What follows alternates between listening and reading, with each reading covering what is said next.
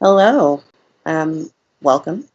My name is Maya Marshall. I'm from Haymarket Books, and welcome to our launch event for Choice Words, Writers on Abortion, which was edited by the poet Nanny Finch.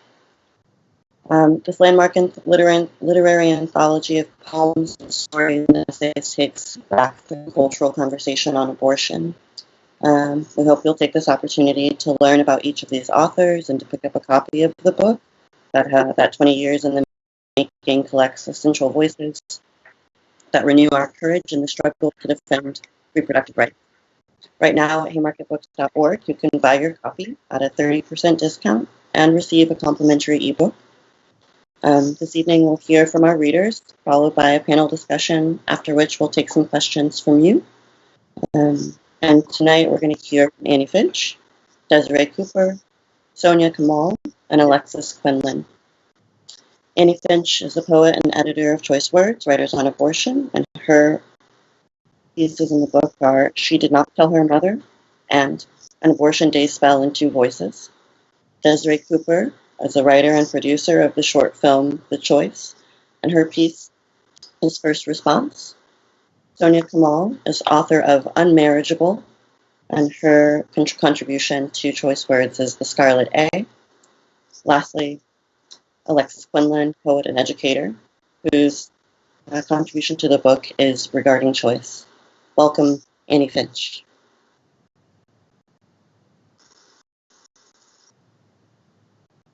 You muted. Thank you.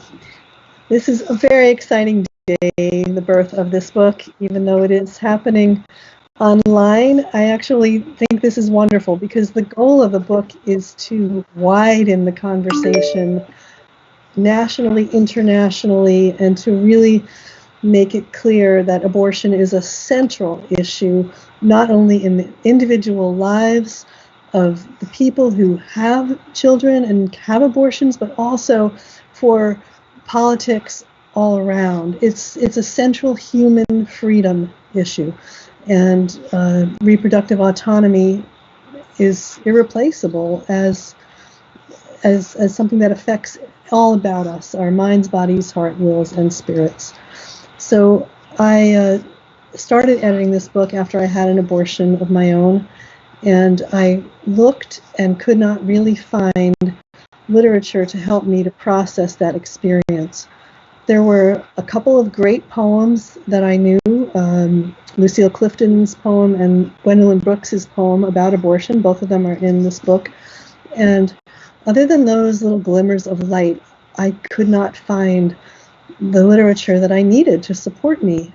So I started on this journey, and it took 20 years because the work was not easy to find. I did a lot of outreach to writers, and I did a lot of research. I reached out to scholars in so many different fields, colonial American scholars and Egyptologists and Eastern European scholars, and I created a piece based on interviews with teenagers in Kenya, because in that country there was no literature published that I could find. So I did everything I could to widen the kinds of voices in the book, and the genres as well: poems, prose, tweets, plays, covering centuries and continents.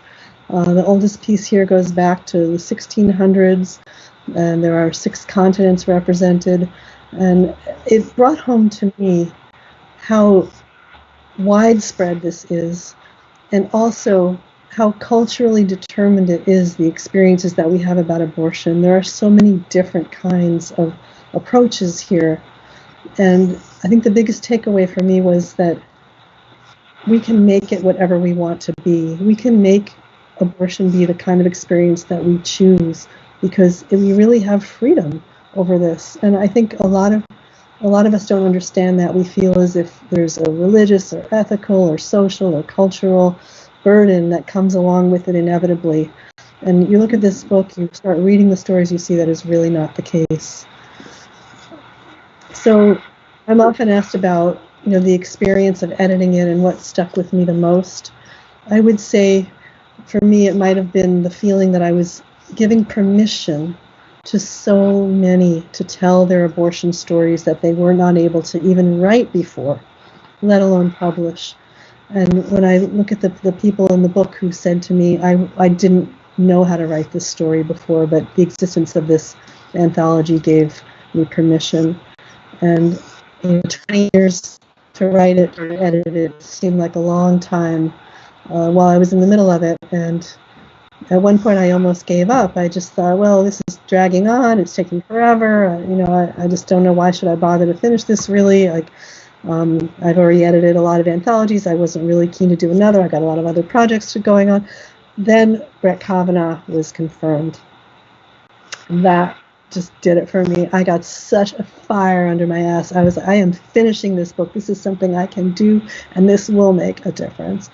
And it already is making a difference. And I believe there was an article recently in Ms. Online by Ashley Jordan who said that there is it's not just literature, it's also like something that it changes feminist movement. It changes the movement towards reproductive freedom because literature creates the sense of reality in the way that nothing else. It is real. It is the greatest writers. There are people in here like Margaret Atwood and Sonia Sanchez and Audre Lorde and Ntozake Shange and Joyce Carol Oates and Mary Wollstonecraft. I mean, great writers who just are turning their talents to sharing this experience, which is so often considered secret, silenced, shameful, or if not shameful, at least isolated, as if there's no need to talk about it. They're claiming it as one of the great subjects of literature, which it should be. Life and death all rolled into one. And it's an amazing experience to read through the book. So after the Brett Kavanaugh confirmation, I just worked really hard on the book for the final 2 years. And then I was glad that it took so long because of the permission and because of the levels and layers of material that came out. So I'm just going to read a tiny bit from the introduction and then my little poem from the section on will. And I will say also this book is organized into 5 sections. And again, I think it was good that it took 20 years because that's how long it took me to come up with the organization. I had to change and evolve as a person in order to come up with it. I think if I had edited it 10 years earlier, it might have been chronological or alphabetical. And I don't think that would have made the book accessible in the way I want it to be accessible. I really wanted it to reach people from many different need communities, really. Individuals who, in their families or their own lives, want to have literature as a companion, as a help. And then people who want to, from a more academic or educational point of view, understand the literature of abortion and to fill in that gap, that huge gaping silence. And then also as an activist tool. So it's divided into these 5 sections, which give you an opening through the mind, or through the heart, or the body, or the will, or the spirit. And in the mind, we have pieces about the decision to make an abortion, all that goes into it, and you really realize that it is the person's choice. It is the individual's choice, and normally a woman, but not always. So I'm just going to say a person's choice. And then with the heart, we have the emotional feeling, the support systems that are needed, the intense emotional range that is affected by this.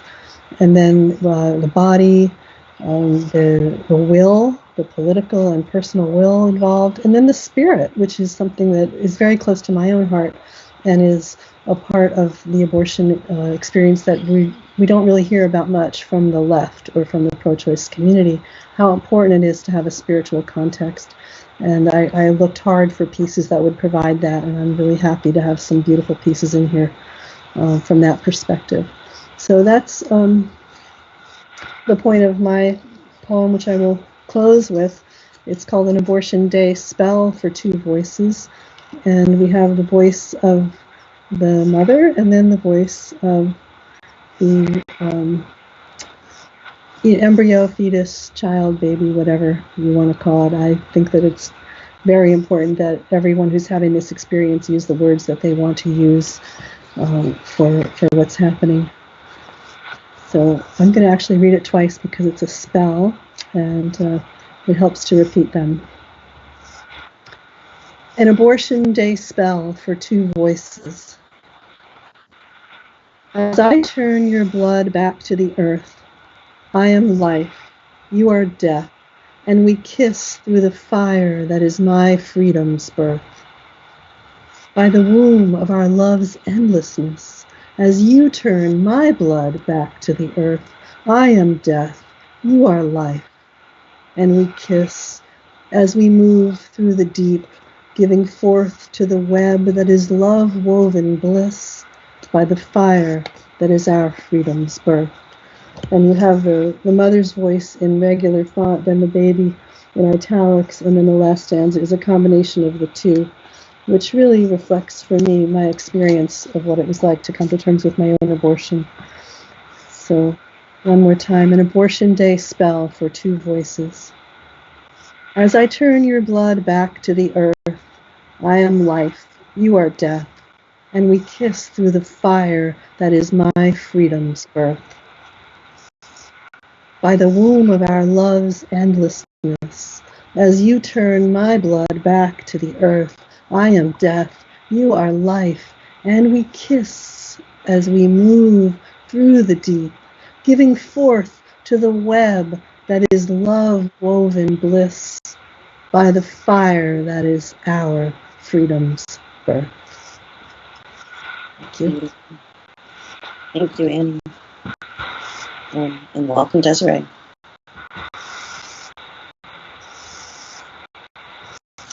Just trying to unmute myself, and I'm just always struck by hearing that spell, Annie. It's absolutely gorgeous. I really want to thank you for that 20-year labor and delivery, right on time. I think that we are in such precarious times right now on so many levels.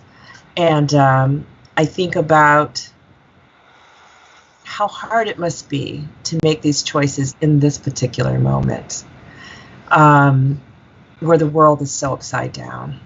So we need your magic, we need your spells, we need this literary journey so that you can kind of go through and find the one that resonates with you. And the breadth is amazing in this book. It doesn't come from one perspective, so it's just incredible. It's something that I hope everyone picks up and has a copy of.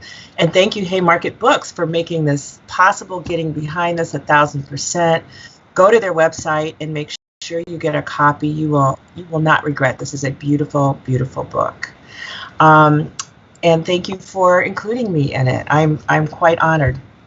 My piece is called First Response. My name again is Desiree Cooper, and I'm a journalist, but I'm also a flash fiction writer.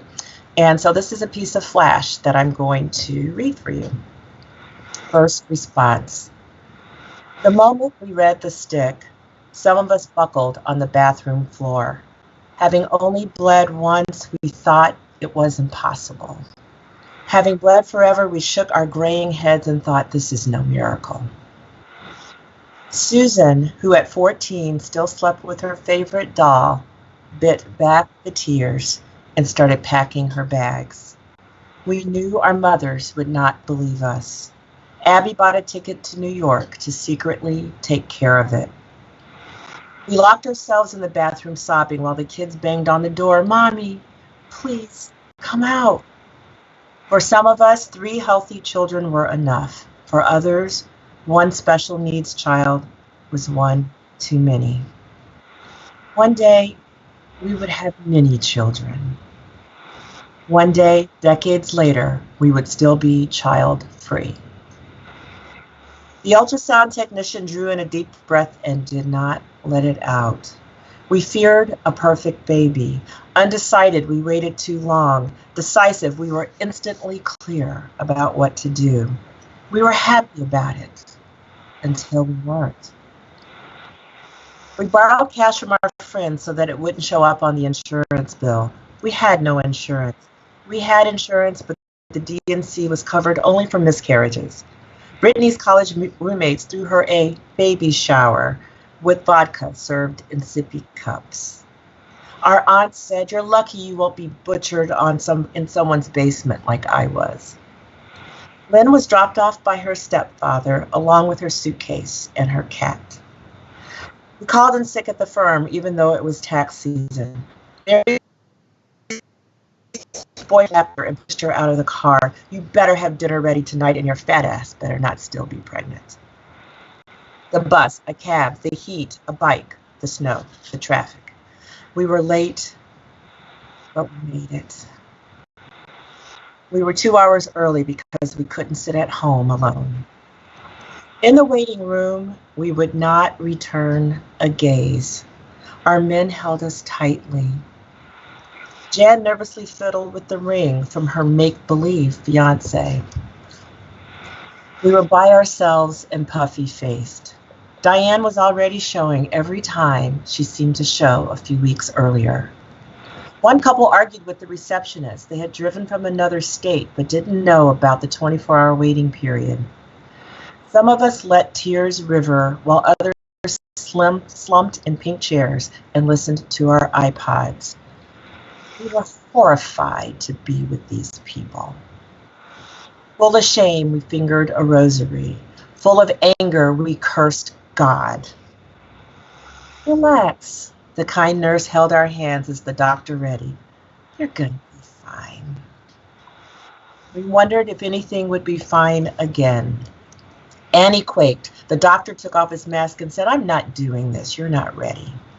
We listened to the vacuum. We didn't know what hit us. When the room went silent, we rose up in wonder. It had been so easy. The nausea was over at last. For Kita, the nausea from the chemo would go on. We wondered if we would ever forgive ourselves. We didn't need anybody's forgiveness. Every recliner in the recovery room was full. It was over. We looked up. Many smiled compassionately. Some felt that theirs was the only good reason.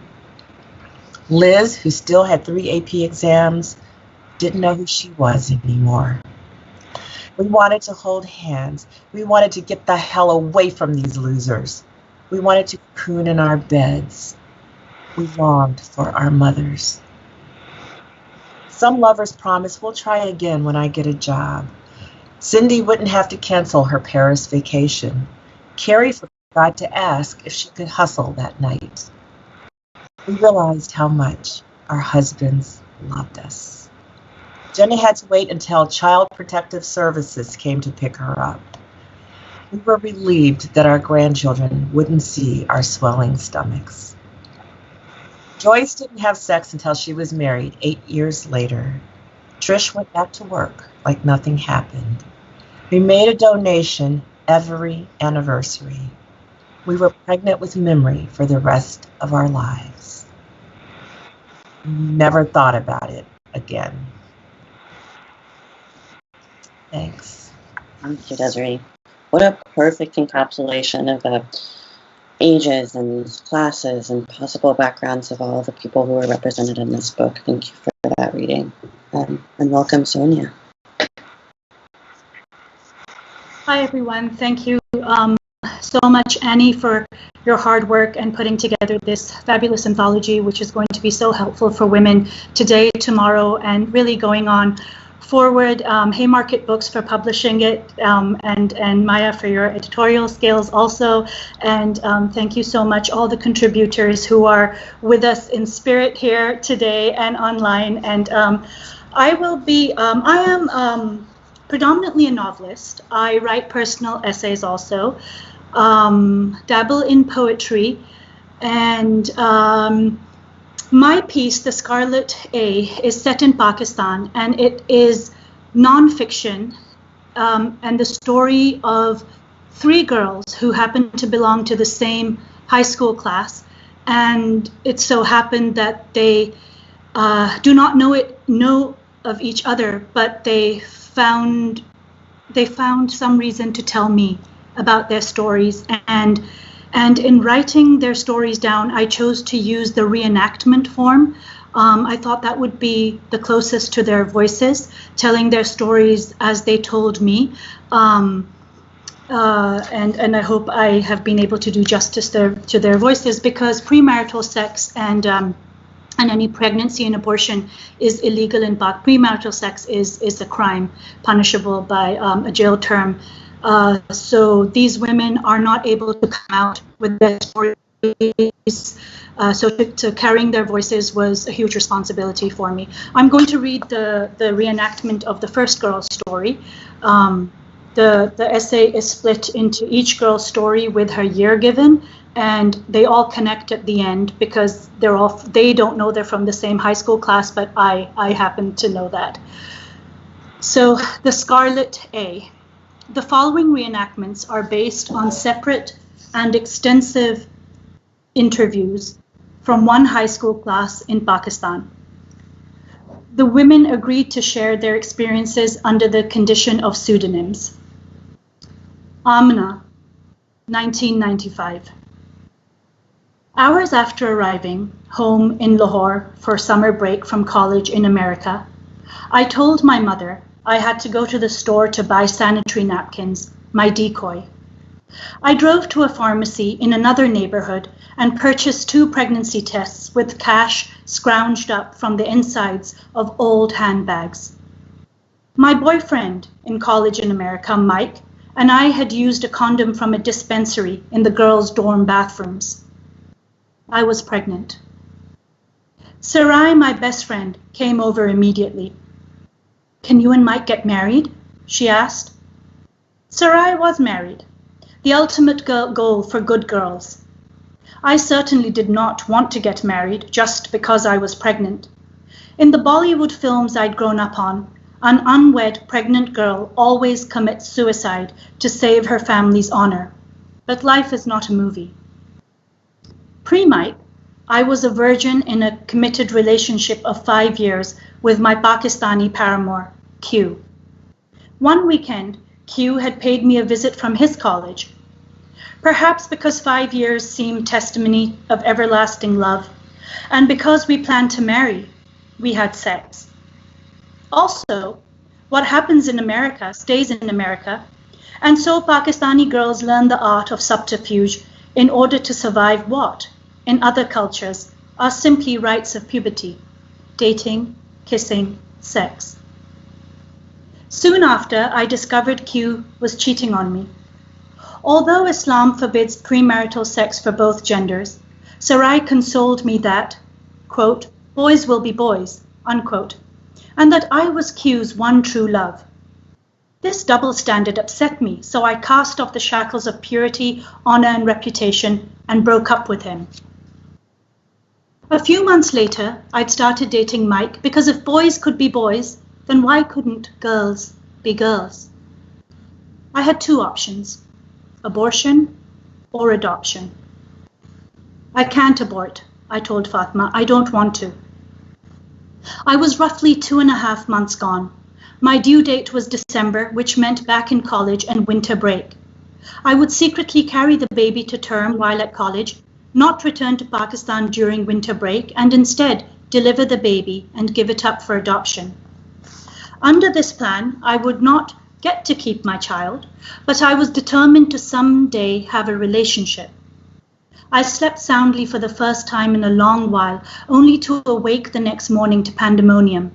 My sister's in-laws-to-be had set her wedding date, December. In some cultures, out of wedlock and illegitimate are archaic terms, but in honor purity cultures, they remain relevant. If I returned to Pakistan in December, unwed and pregnant, the scandal would destroy and taint everyone. Friends, extended family, parents, my sister's wedding could be cancelled. But there was no excuse valid enough to miss a sibling's wedding. I had to get an abortion. In Pakistan, premarital sex, let alone being unwed and pregnant, is a crime. Abortion is legal only in order to save the mother's life and in cases of necessary treatment, whatever that means. In Islam, An abortion is legal until the fetus's organs have formed and, quote, life is breathed into it, unquote, which according to most Islamic scholars is around 120 days. I was already nearing 90 days. At home, I was dying of guilt. My mother is a doctor. She believes girls who abort are hellbound. Doctors who perform abortions are devils. And she will not work with a colleague if she finds out they are soft on abortion. Sarai and I knew we had to find a doctor who did not know my mother. After 2 frantic weeks, Sarai managed to find a friend whose cleaner had used the services of a cheap doctor who asked no questions. The doctor's place was situated by a well-known bridge. Sarai drove. An elderly woman in a floral shalwar kurta, the doctor, opened the door to a small side room. We huddled in plastic chairs in front of a wooden desk with a prop-up calendar. The doctor stared at us. I was frightened she would recognize me as my mother's daughter. "Who is getting it done?" she said. "Me," I squawked. "Married?" I lifted a hand temporarily wearing Sarai's wedding ring. The doctor barely glanced at it. "Why isn't your mother with you?" "Dead." Blood rushed to my face for figuratively murdering my mother. "Husband?" the doctor asked stone-faced. "Mother-in-law? Sister-in-law?" Sarai jumped in. "She's newly married and does not want a child so soon." "You are?" "Friend?" I feared the doctor who would guess this was all a farce and kick us out, in which case the miracle I'd asked from Allah would be delivered and the baby would not be aborted. But then I'd be back to step 1. I wanted to know what she would do with the remains, but I was terrified of the answer. I wanted to ask if the procedure was safe, but what right did I have to care about my safety? I did inquire at which hospital the abortion would take place, my fingers crossed that it would not be one where my mother practiced. "There's your hospital." She pointed to a run-down gurney against one wall. I stared at the rickety bed, the grey wrinkled sheet, a huge black and white clock on the wall. "Return in 3 days," she said. "No eating after midnight. Cost 2,000 rupees cash only." Whenever I wanted to buy anything, music, makeup, shoes, I asked my parents for money and was expected to show what I'd spent it on. There was no way I could ask for 2,000 rupees and not be held accountable. To borrow from girlfriends, I made up a story about losing my jewelry and I needed to replace it, but no one had any money. Desperate, I approached a male family friend with a liberal outlook. To my relief, he handed me the full amount, assuring me that there was no need to return it. However, his expression conveyed disappointment and disgust that comes with trusting a girl enough to allow her to study abroad, only to have her betray her morals and Muslim upbringing. 3 days later, I pay the doctor first, and then I undress from the waist down. My feet are placed in stirrups. Sarai sits on a stool next to the gurney. She does not flinch at my bone-crushing grip. At the foot of the gurney, there is a steel trolley with surgical tools waiting to invade me. Sarai keeps whispering, "It'll be okay." The doctor gives me an aspirin. "How long will it take?" I stammer. 5 minutes. She tells me she's going to scrape the lining of my uterus and that I will feel some pressure. She bows between my legs and I hear a muffled roar like a vacuum cleaner. An excruciating spasm begins in my lower abdomen. I once stepped on an anthill and was bitten so badly I'd felt my foot was on fire. This was worse. This was boiling acid, blistering, devouring, disintegrating my insides. I scream. The doctor slaps my inner thigh. "Shut up." I whimper. She slaps me again. "Shut up, or I will stop." She says that her husband is just beyond the door leading from the side room clinic into the house. "What?" she demands. "Is he going to think is happening in here if he hears you?" I bite my tongue. I try to think happy thoughts. I scream again. The doctor stops the machine. "One more sound," she says, half punching my exposed tummy, "and I will send you home with the deed half done." I concentrate on the black and white clock hanging above me. The long hand and the short hand and the second hand are all moving. 5 minutes are long up. I can hear my baby being sucked out. I had wanted to deliver this baby and give it up for adoption, but now all I have to offer is death. I would like to see the remains, but I'm scared I will be denied this request, and I do not want to give the doctor further control. For the first time, I fully fathom the gulf between the crimes of a man and the crimes of a woman. As I lie there, the clock ticking, my uterus being cleansed, I realize I hate this culture which has forced me to kill my baby. But my culture will say I have only myself to blame. I had premarital sex, and it is fitting that I suffer. After it is done, the doctor informs me to take over-the-counter painkillers for cramps and heavy bleeding. How heavy? I ask, weak from pain. For how long? Heavy, she says. 1 week, 1 month, it varies. I did not know then that having aborted the way I had, I risked uncontrolled bleeding, uterine damage, infections, a punctured uterus, septic shock, punctured bowels, possible chronic pain syndrome, and infertility. I would not know this until years later I looked up on the internet the risks of an illegal, unhygienic, backstreet abortion. When I returned to college, I told Mike about the abortion and relief flooded his face. I broke up with him days later. I dreamed one night of a chubby baby boy who said, "It's okay, I forgive you. Forgive yourself. We'll meet again." Perhaps it was my unconscious assuaging my emotions so I could live with myself, but I'd like to believe it was my baby, because since I'd always only wanted daughters, I had no reason to dream up a son. The doctor tells me to get rest and dismisses us. Soniah helps me hobble, towards the car, where her husband has been waiting. I get in, I shut my eyes, I return her wedding ring. And then we have Hajra's story, and Sarai's story, and then Amna's story wraps up very briefly. Amna, 2001.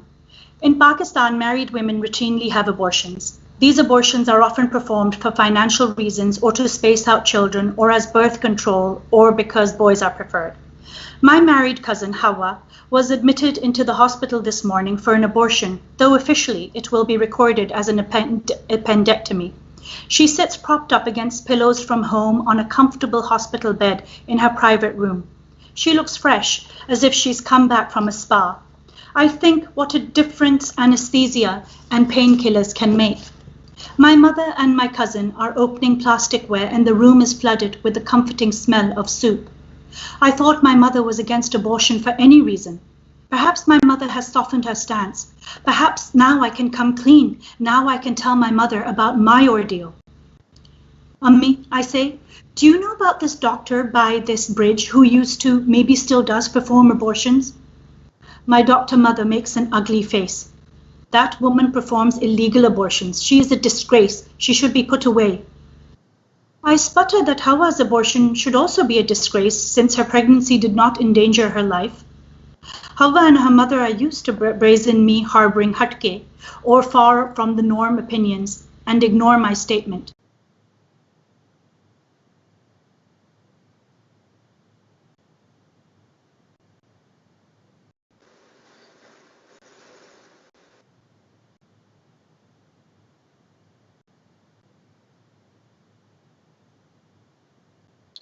I think you're muted, Sonia.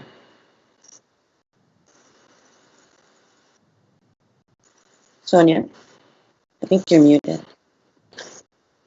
Sorry, when did I become mute? Oh dear. I'd say back it up 10 seconds. Okay.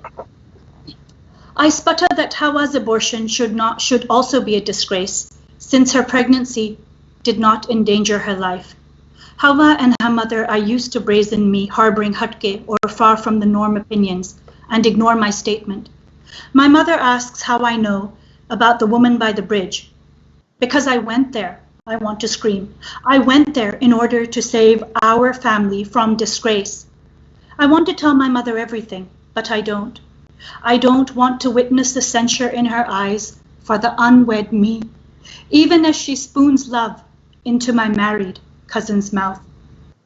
Though now that I'm married, my mother, I'm sure, will be more than pleased to hold my hand and feed me soup. Should I too have a pregnancy I want to abort. Thank you. Thank you so much. That was wonderful, even with a little hiccup.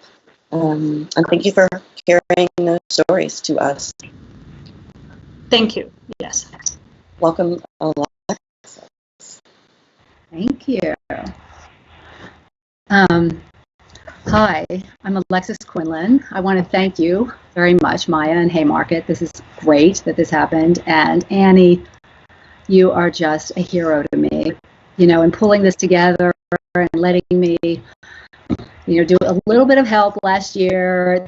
And it was just such a treat. And actually, both Sonia's and Desiree's pieces are so powerful. I feel like it was the same time about last year that, anyway, I was proofreading the same kind of light in the air. And okay, so I do want to stop before I read a few words. I never wrote about abortion until Annie started on this project, started really speaking about the project, and I started reading from it. And I am interested in found language and sort of plagiarism, conceptual poetry, and I have felt the language around abortion is always been actually fading in and out.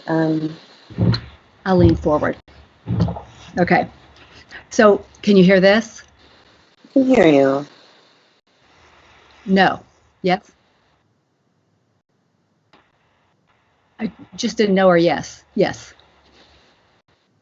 So, I'm reading now. Can you hear me? Or We can hear you. I don't think it's an issue of how close you are. Okay. I think it's an internet issue. So if there's any other program open, close it.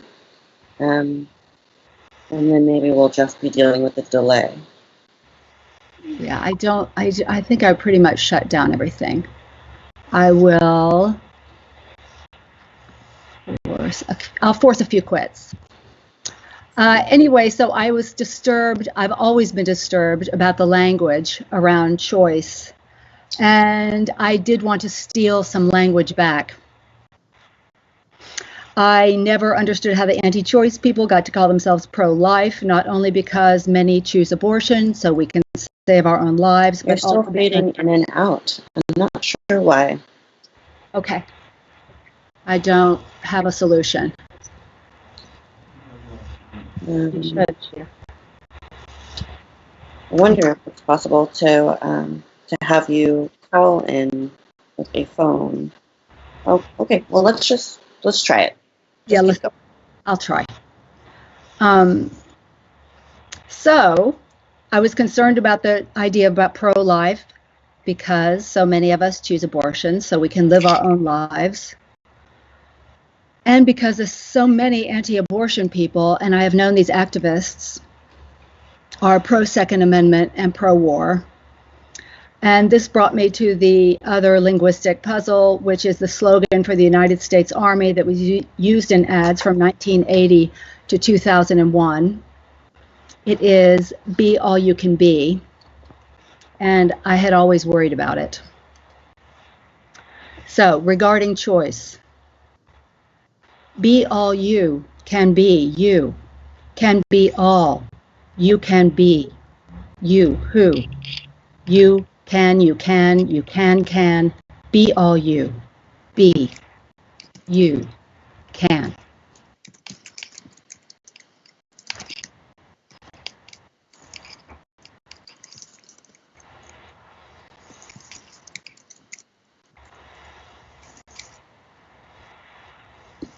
I'm done. Well, thank you for sharing. I'm sorry.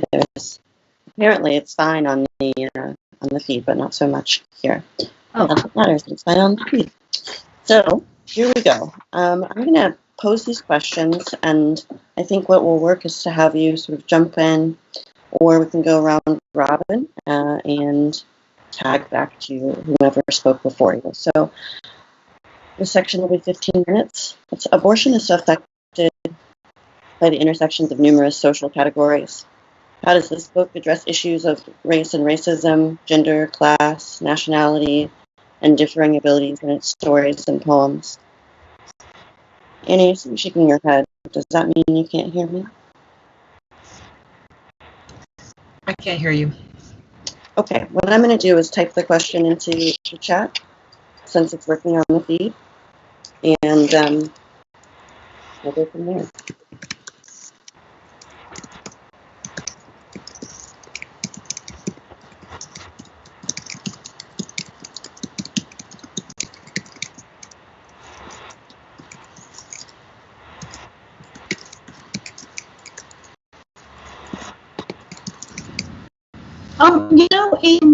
In my piece, you asked how does this book address issues of race and racism, gender, class, and nationality. In my piece, at least, these are all girls from the same high school, an upper middle class English medium speaking high school, and quite a few of them in the piece I read, and also in another piece which I didn't get a chance to read. They found out about the woman who's performing these illegal abortions in the bridge by their domestic help. In one case, a cleaner, in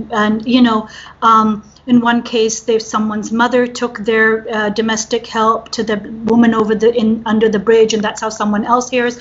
And the intersectionality of class. In that respect was interesting to me, where how the domestic help, those women got abortions. They were married, and in some respects they just had too many children, and it was just too much for them, and which is such a different reason from the stories that I relate in mine. And for editing purposes, we did cut a lot of some of the stories in mine out, but there's definitely intersectionality there in my piece, and I read a lot of the pieces in the anthology, and I saw a lot of the same sort of intersectionality between class and class going on within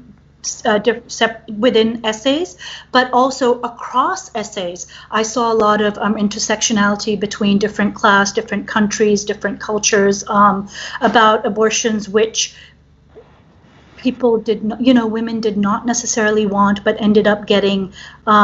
So it was really neat to see those connections. And in the introduction that Annie wrote, she actually gave some of those connections too. So I looked at them also. And I think, and I've said this before, I think the sentence that really encapsulates the entire anthology for me is from Desiree's piece, which is they were pregnant with memories, because that's what the whole anthology seems to be. It is all memory, whether you want to have this memory or you don't want to have this memory. It is a memory. Whether you talk about it, don't talk about it, think about it, don't think about it. All the pieces are about memory. And I think for me, that is the collective intersectionality between everything, this collective memory. And now this collective putting down of these memories from centuries ago to contemporary times. So for me, that was the most important overlapping of things that I took away. I can address this a little bit as well. Maya, does that work? Can you hear me? My experience living with these pieces for so long is similar, as Sonia says, so many intersections. But I found when I think about the book, there's this sense of like mounting rage that I feel, this sort of deep internal rage, because in piece after piece you see how these divisions that are created by the patriarchy, whether they're divisions of class, of race, of nationality, of religion, I mean all these artificial kinds of distinctions that I just don't think they matter in the lives of the people having these awful experiences, often awful experiences, not always, but when there is an awful experience about abortion, it's always because of someone who needs an abortion has come up against one of these divisions that they did not create,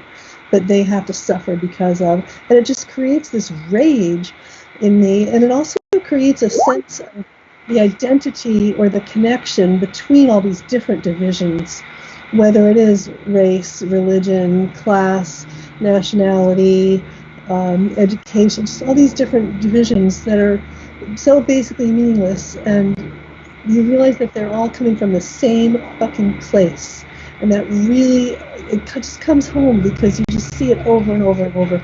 So I find this, an enraging book in the best way, because it clarifies, it illuminates what's at the base of it all. Okay. Alexis, Desiree, do you want to speak to this? Yeah, I just wanted to add that dimension of shame that Annie has talked about so much. I think Sonia's piece really brought that to light.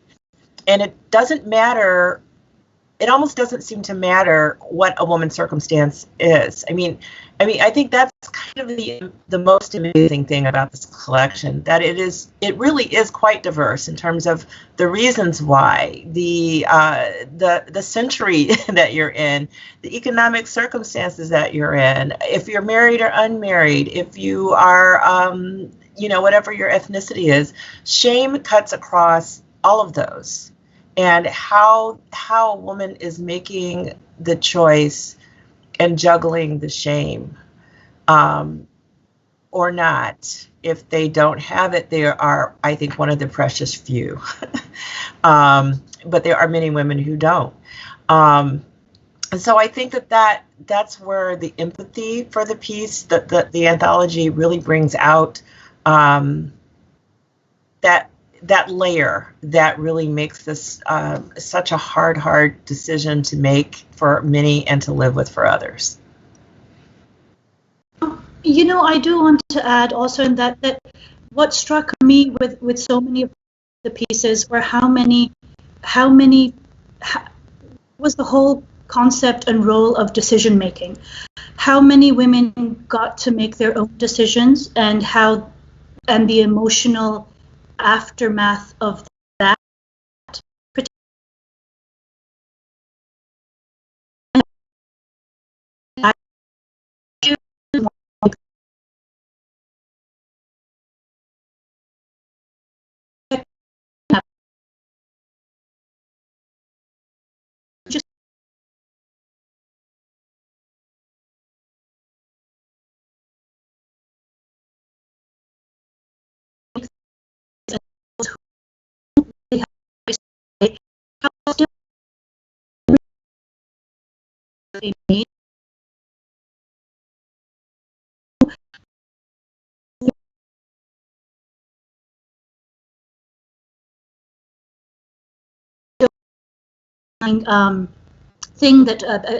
Aspect of women's lives, emotional lives, physical also, but emotional lives, which really does cut across again every socioeconomic class. And there are things sometimes we wonder, what do we have in common with people? And it is the things that are often unspoken, which are the abortions, the miscarriages, the pregnancies, the kids we meant to bury, didn't mean to bury, and it was really remarkable to read the poetry, the nonfiction, the fiction, and even within these different genres. Really, for me, what struck me was how, and Annie, this is why I think it was great that you included all of these, how within these different genres, the poetry, the nonfiction essays, the short stories, the excerpts from the fiction and stuff, how each genre shows a different aspect. You would think that nonfiction might be more powerful than fiction, but Amy Tan's piece about her, the mistress whose servant, domestic, gets pregnant by the master, the husband, that was so powerful to me in so many ways, as much as the real stories were. So it was really wonderful to see how the genres blend and bleed into each other with this particular topic. Agreed. And I want to sort of dovetail from that idea of talking about the genres, revealing multiple perspectives, to two new questions, one from an audience member.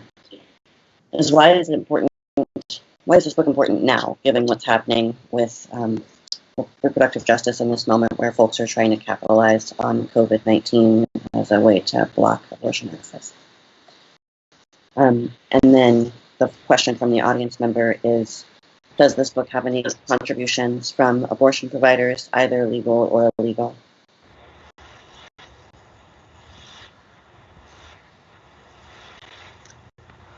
Maya, I don't think we all heard that second question. The second question, after why is this book important now, is from a contributor, from one of the audience members. is there a contributor who has provided either illegal or illegal abortions?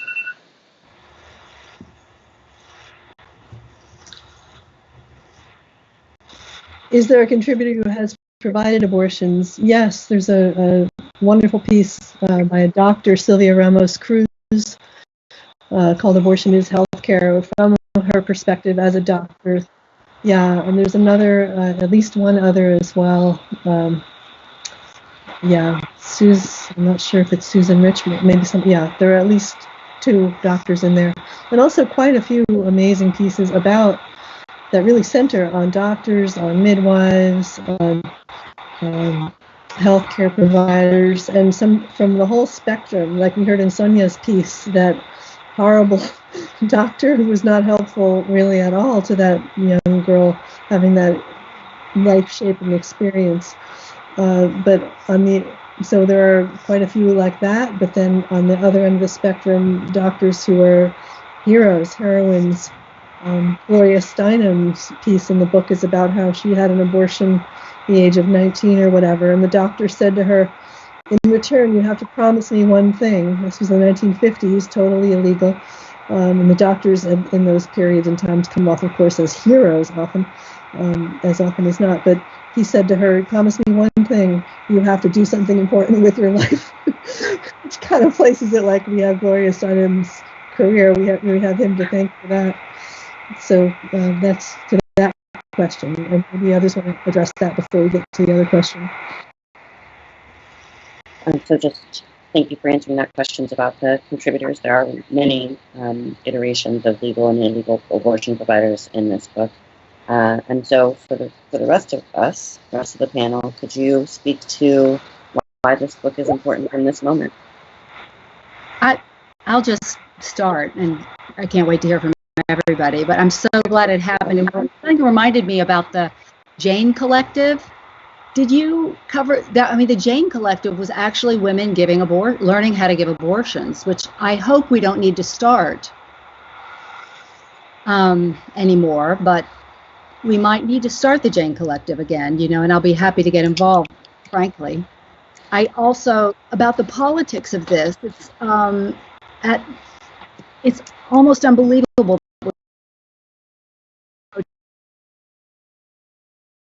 Again and again, in fact, abortion is legal. And shock.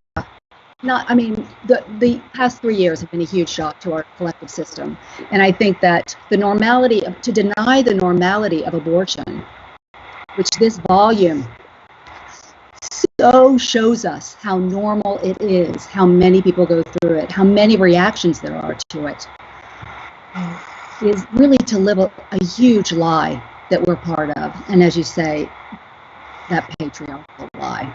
Anyway, please, I'll stop. Yeah, there actually is a piece about the Jane Collective in here from the 70s, and it was started, I think, around 1969, and then when Roe versus Wade legalized abortion, it went out of, but it was a group of women, really stay-at-home moms, white middle-class women, who came together to provide abortion services. And if I'm correct, actually a lot of their clientele were African American women from a different socioeconomic class. But in the Jane Collective, it's her themselves, there was just one African American woman. So the racial component of that is very interesting. Also, how it worked, how it didn't work, how people helped each other across the lines.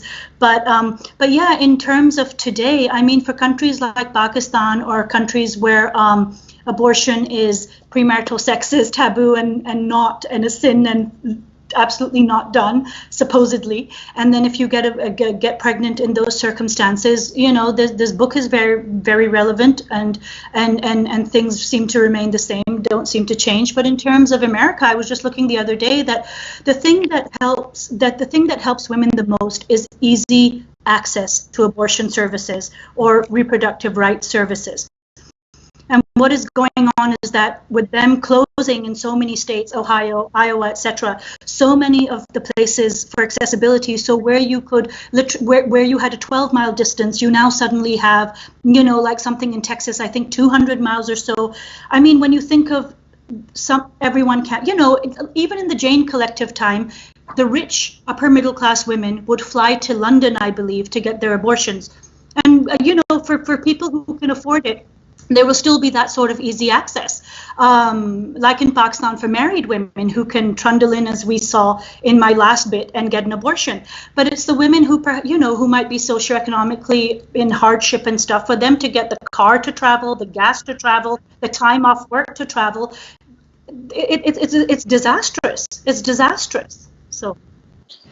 And it very much is an economic issue for a woman and her family, and that's something that isn't quite talked about. I mean, it's an issue of economic justice and human rights as well as reproductive rights. It affects women who live in poverty and their children. I mean, people don't realize that women who have abortions often already have children. They are not 16-year-olds who had a drunk wild party night and regret their choices. They know perfectly well what a child costs to them, to their families, and to their other children. It's an act of survival often. And to foreclose that is really saying that these people, if they choose to have an abortion, they cannot choose to have a better life for themselves, which is ridiculous. 1 in 4 women will have an abortion. Abortion's going down, so it's inching to 1 in 5. It's one of the most common, safest procedures done anywhere ever. And yet we can't talk about it. And when we do bring it up, it's all around shame. Why are women in the Black community having them? Why are Latinas having abortions? Why are women of color? Well, all women have had them forever. And it is not a blame game. It's an individual choice. I think what Annie has done and what Haymarket has done is put something out there to make sure that people can feel normal around something that actually is normal. And I just wanted to say also that contraceptives are not foolproof. And for many women who think that they are done with their, I have 3 children. There's time in your life where you check the pregnancy test with anticipation because you want to see that, and there are times in your life when you're older and you're like, oh no, so contraceptives are not foolproof. Like Desiree said, this is not about 16-year-olds partying, having a good time, or married women trundling in thinking this is birth control. This is about people with, their economics, their age, their health, their place in life. Abortion is a right that should be available for all families. It's not even just a women decision. It's a family decision at the end of the day, So. Thank you so much. I want to say, if you haven't gotten the book, go to haymarketbooks.org, grab the book, 30% off, and you get a free ebook with it. And to say thank you so much to each of our panelists. You've all been wonderful, wonderful, wonderful, and brilliant with the statistics and the truth. It is normal. We are normal. And it is a family concern. So, Annie, if you could give us your final words, and then we'll part ways. I want to say to that last audience question, I think it is so important that that we realize that not only is abortion normal, but it is a human right. And this bifurcation, like this idea that if women have an abortion and then they regret it, that somehow that means all abortion is like ethically wrong. I mean, it is a choice. And one thing I love about this book is that there are pieces in here by people who maybe do regret their abortions. There's one by Caitlin McConnell saying the abortion I didn't want, but she still believes in the right to choose. And that is just, so fundamental. And if there's one thing that people get out of this, I think that would be it. I also want to say a shout out because I know there are a bunch of the contributors who are not speaking, but they're here.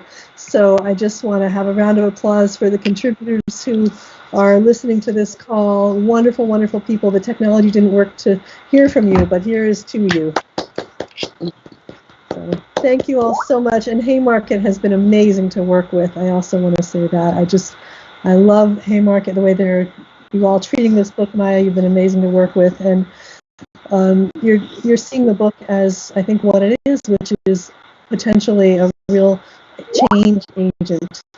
And on that note, final website, choicewordsaction.org. Choicewordsaction.org is a website where anyone who wants to start events around this book, whether they be book discussions, there's a book discussion guide you can download. There's also an organizing toolkit you can download at Haymarket, and also at choicewordsaction.org you can download the toolkit to start events. But the beauty of choicewordsaction.org is if you're starting an event there online, or once we back down, like in your neighborhood, you can actually list it there and people can go find it. It's like a meetup for events around choice words.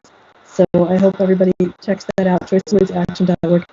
Thank you so much for everybody who involved in this book. Hundreds of people really went into this book, and thank you all. And Alexis, unbelievable proofreading. She was one of the many volunteers that helped this book.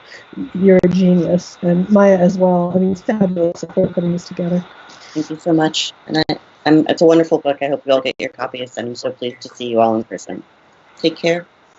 Bye-bye. Thank you, Maya.